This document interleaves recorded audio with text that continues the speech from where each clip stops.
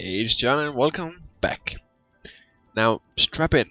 This is gonna be complicated, it's gonna be fast, considering I don't have that much time. Oh, well, it's not gonna be too long a video, of course. So you're gonna have to listen carefully to what I say. This is an episode on how long a process it is to make the... There we go. To make the Quintoble ore production. Now, what does that mean? Well, if you don't know I'm not even sure what that's called, slang. Almost. Quint means that I'm getting 5 times as much ingots of my ores than I normally would. I could make quadruple, I could triple it, and I could double it. I'll go over the steps one by one in reverse. The first step, if you want to double your ores, you need to get an enricher. I'll show you what I mean. So, if we just take out a stack of iron ore here, I can put this all into the enricher. It'll start enriching all of these down. Now, for every ore, it'll produce 2 dust. The dust then needs to be put into a smelter. It doesn't have to be this smelter.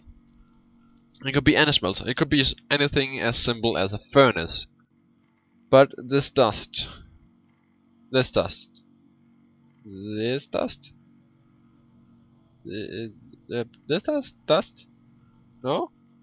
It is one of these dusts. I'm not sure which one because I can't really see it. But I swear it's there. It makes a dust of some sort, some description, and that melts into 1 ingot. Each dust is 1 ingot, keep that in mind. So, for the next step, we need to step back and take a look at the crusher. That's not a crusher, that's a crusher. And ignore this. You could put the ore into the crusher, unless I am very mistaken. I am. It's not the ores you put into the crusher, that's right. You need to go through the purifier, which will turn the iron ore into... oh, shit. Which will turn the iron ore into clumps, which the crusher will then crush and turn into dirty iron dust. Notice that. You need to notice that fully, because iron dust and dirty iron dust isn't the same thing. Dirty iron dust comes out of the clumps and they need to be enriched in order to work like iron dust. This right here is exactly the same idea as iron... Did I just make a hand fart? I think I did. Wow. Whoa. I'm not even sure. If that is actually heard on camera, on my microphone, I'll keep it. But that's a storm outside I can hear, and it's extremely loud. And I'm a bit worried because my entire fucking monitor is shaking. Interesting. Anyway, back to the back to the game. So these dirty iron ore, as I said, has to be enriched, and then they turn into iron dust again. And then you can use the iron dust, which is right there, this, and plunk it into... See if I can catch some. No, wait. Damn it, it's too fast. The computer's too fast. But yeah, the dirty dust here turns into iron dust, which you can then put into the machine. Yeah. So let's take a step back once more, because there is another step to this progress. Here is it. The crystals. Now these crystals are made primarily by this chemical crystallizer. And this is where it truly gets confusing, because this last step is ridiculous. Now I haven't covered all of the steps in full because it isn't really necessary if you want to go for the biggest system, which I have here. This entire thing you can see right now is all to quintuple ores. This is actually only the first step in the Quintoble. It is the most complicated though. Well, you can also say last, depending on which way you look at it. Whew, let's get in. So, you need to start by making these brine tanks. The reason you need to do that is because you need the brine. Yeah, once again, this is gonna get complicated, and I go a bit slower when I remember to. These things need water, and they need heat. I'm not too sure if this works. It is just a theory I had that if you put fire beneath them, they will actually heat up faster. The way they usually heat up is by the sun, hence the solar plates on top of them. So they need water, which is being pumped up by these electric pumps, which I made in such an arrangement that they will always pump out some water in an infinite setup. These are all set up such a way that they can't actually empty the pool beneath them. And it has been working pretty well actually. I haven't had a single problem with this except this part building it. And it still looks a bit iffy, but it works. And you don't really see this part too much. So, when they produce brine, I found that they either produce too little or too much. And that the pipes sometimes break, so you have to pick them up and put them down again. It happens from time to time. It most likely is due to the fact that I'm using several different pipes. But they do work. So you'll see the brine going out. The reason you need this specifically is because you need to separate it in these electrolytic separators to get out two things. On one side, you need chlorine. I need also to fill this up. You need chlorine, and you need to be able to see it, and you need hydrogen. These generate both just from the brine themselves. Oh, interesting. That's actually pretty good. I filled these up. The reason these aren't going is because of the amount of wires it would take to make them run. So yeah, they're producing hydrogen and chlorine, which are being combined to hydrogen chlorine in this tank, for instance, and to be used by this. I've got so much at this point that I don't really have to fear about ever running out of it again. The only reason I found it to be necessary to build this many was because I had a lot of ores lying around, so I felt it was needed to keep up with the demand. Okay, so that is the easy part about this. This is the last in the chain of really stupidly complicated chemicals. The setup I have here is pretty much the most optimal way I could possibly think of it. So let's go over it by step. First we have the water being pumped up. I initially put this drum here such a way that it could contain a lot of water for later use in case it was necessary, but it never turned out to be because the pump instantly drained the drum regardless, and I just haven't bothered to fix it since.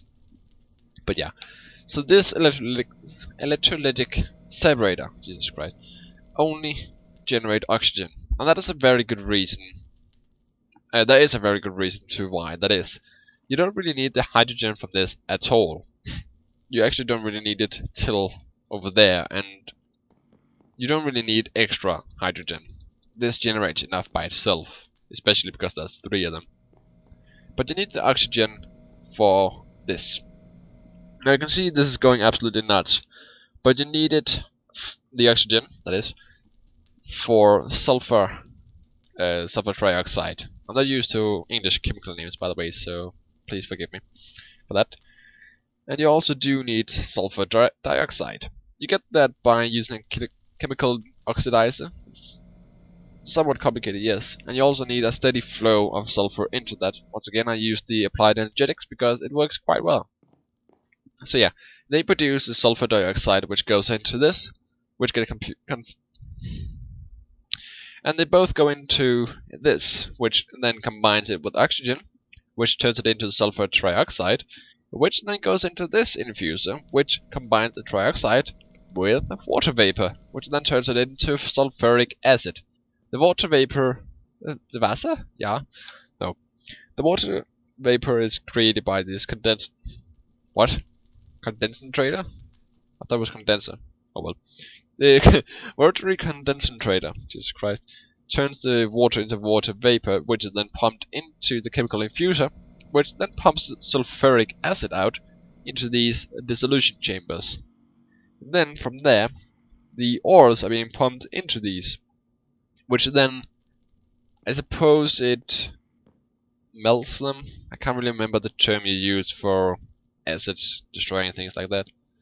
And then they turn into slurry, which gets pumped into the chemical washer, because this slurry over here is dirty as hell, while this isn't. That's just because of the cleansing method. Then it gets pumped out into these pipes. The reason I put down 4 chemical crystallizers is just because of the fact that there's 4 different things I use this for. I haven't actually used it for tin and copper just yet, but it will come at some point when I bother to, well, set it up properly. So the idea is that the clean slurry runs into the crystallizer, which then turns it into crystals, which then get pumped into the system again, which then gets pumped out of the system again into this. See? Crystals. This is where the hydrogen chloride comes in. For each crystal you need a certain amount. You'll see here how fast it actually goes down, and that is just to make 2 at a time.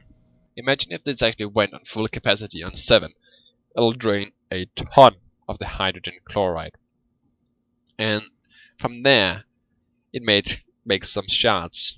Now the shards themselves can't really be used for anything, so you need to pump them into, these are the shards, you need to pump them into the purifier, which needs oxygen, which I don't really have much of, evidently. Hang on, I'll just take this tank.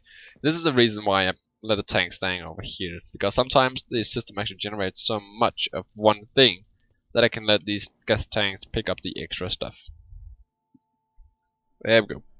Once again, this is quite heavy on the oxygen usage, so if you use this, you might want to keep on top of it, or even have an extra electrolytic separator standing by at filling several gas tanks at a time, just so you have enough oxygen to supply this. You might also just want them to be pumped directly into the tanks and directly into the machine after that.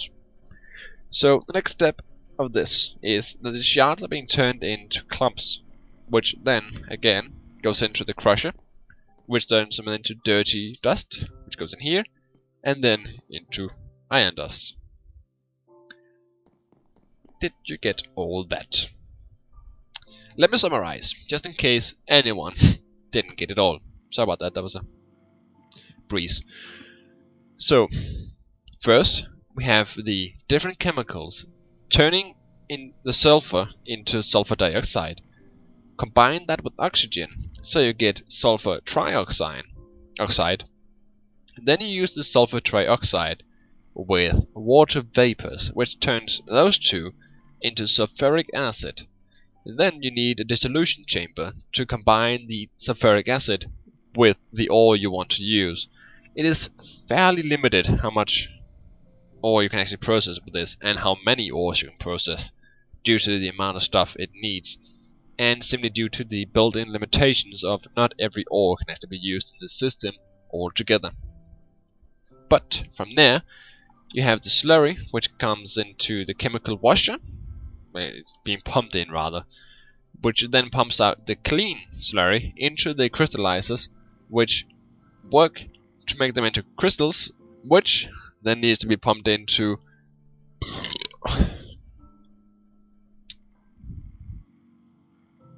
the factory, that being the injection factory, which needs hydrogen chloride in enormous amounts, initially at least.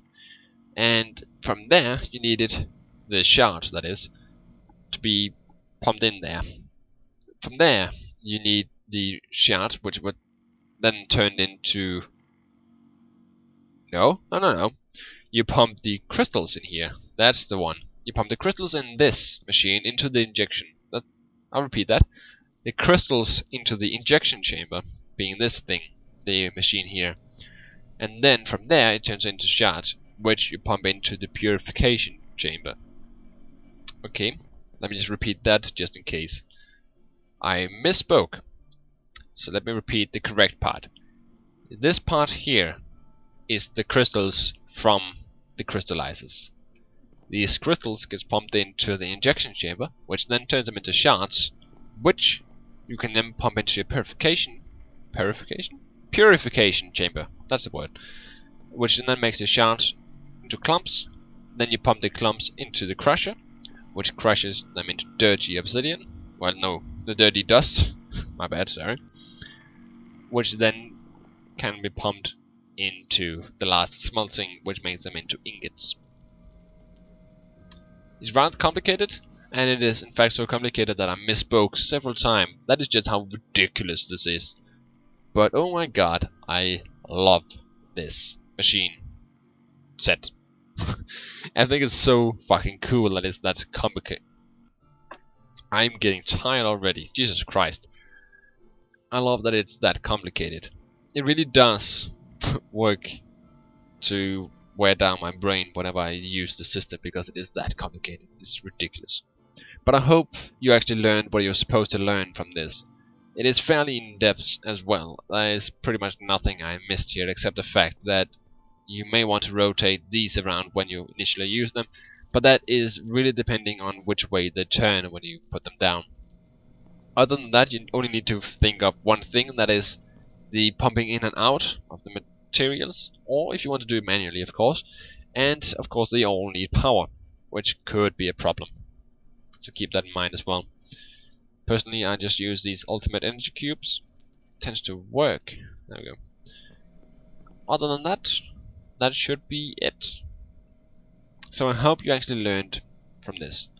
It is a bit overly complicated, I must admit, to explain at least.